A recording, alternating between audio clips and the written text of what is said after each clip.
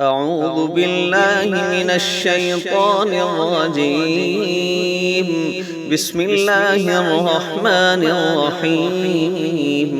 طه ما أنزلنا عليك القرآن لتشقى إلا تذكرة لمن يخشى تنزيلا ممن خلق الأرض والسماوات العلى الرحمن على العرش استوى له ما في السماوات وما في الأرض وما بينهما وما تحت الثرى وإن تجهر بالقول فإنه يعلم السر وأخفى الله لا إله إلا هو له الأسماء الحسنى. وهل أتاك حديث موسى إذ رأى نارا فقال لأهلهم كثوا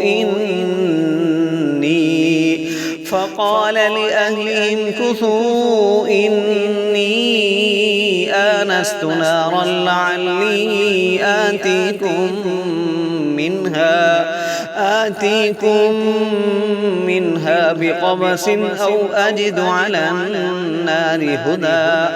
فلما أتاها نودي يا موسى إني أنا ربك فاخلع نعليك إنك بالواد المقدس طوى وأنا اخترتك فاستمع لما يوحى إنني أنا الله لا إله إلا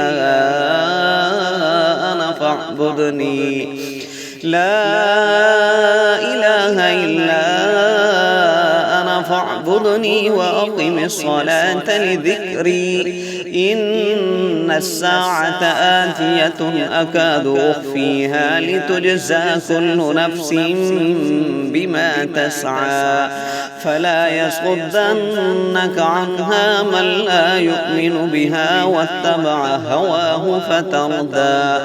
وما تلك بيمينك يا موسى قال هي عصاي أتوكأ عليها وأهش بها على غنمي ولي فيها مآرب أخرى.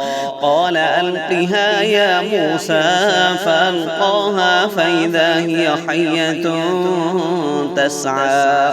قال خذها ولا تخف سنعيدها سيرتها الأولى واضمم يدك إلى جناحك تخرج بيضاء من غير سوء آية أخرى لنريك من آياتنا الكبرى. اذهب إلى فرعون إنه طغى. قال رب اشرح لي صدري ويسر لي أمري واحلل عقدة من لساني يفقه قولي واجعل لي وزيرا من أهلي هارون أخي اشدد به أزري وأشركه في أمري كي نسبحك كثيرا ونذكرك كثيرا إنك كنت بنا بصيرا.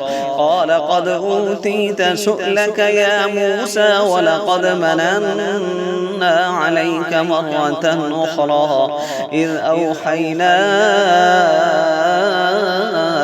إلى أمك ما يوحى أن اقذفيه في التابوت فاقذفيه في اليم فليلقه اليم بالساحل يأخذه عدو لي وعدو له وألقيت عليك محبة مني ولتصنع على عيني.